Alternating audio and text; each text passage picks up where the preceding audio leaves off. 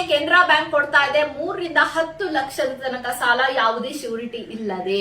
ನೀವು already Canara bank ಅಲ್ಲಿ account ಅನ್ನ ಹೊಂದಿದ್ದೀರಾ ಅಂತಂದ್ರೆ ನೀವು ಮಾಡ್ಬೇಕಾಗಿರೋದು ಕೆನರಾ ಬ್ಯಾಂಕ್ ಏಂಜಲ್ ಉಳಿತಾಯ ಖಾತೆಗೆ ಅಕೌಂಟ್ ಅನ್ನ ನೀವು ಅಪ್ಗ್ರೇಡ್ ಮಾಡಿಸ್ಕೋಬೇಕು.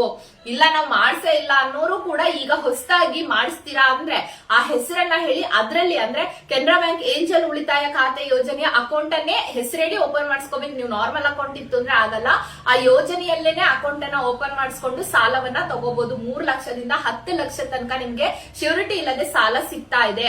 ನಿಮ್ಮ ಡಾಕ್ಯುಮೆಂಟ್ಸ್ ಅನ್ನ ಹೇಳಿದ್ರೆ PAN card, Aadhaar card, 2 passport size photo ಅಷ್ಟೇನೆ ಬೇಕಾಗಿರುವಂತದ್ದು.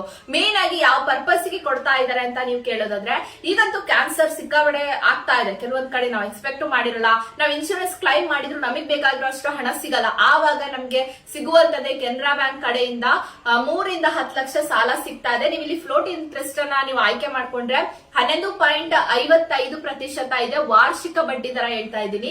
ನೀವು ಫಿಕ್ಸ್ಡ್ ಇಂಟ್ರೆಸ್ಟ್ ರೇಟ್ ಅನ್ನ ಆಯ್ಕೆ ಮಾಡ್ಕೊಂಡ್ರಿ ಅಂದ್ರೆ 12.30% ಇರುವಂತದ್ದು.